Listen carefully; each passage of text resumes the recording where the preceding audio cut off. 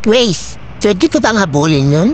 Huwag kang maghabol kung iniwan ka na, tanga. Masasaktan ka lang, ulol. Kaya maraming di makamove on.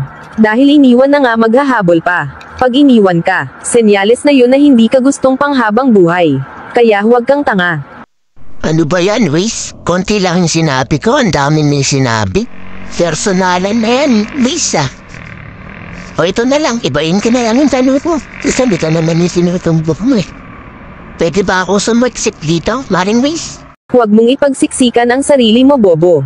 Kung wala ng space para sa'yo, dumistansya ka na lang, tanga. Kung patuloy mong ipagsiksikan ang sarili mo, masasaktan ka lang sa mga makikita mo. Ay nako, Maring Grace. Pinipersonal mo naman yung mga sagot mo eh. Anong tinatamahan si Rayaunan?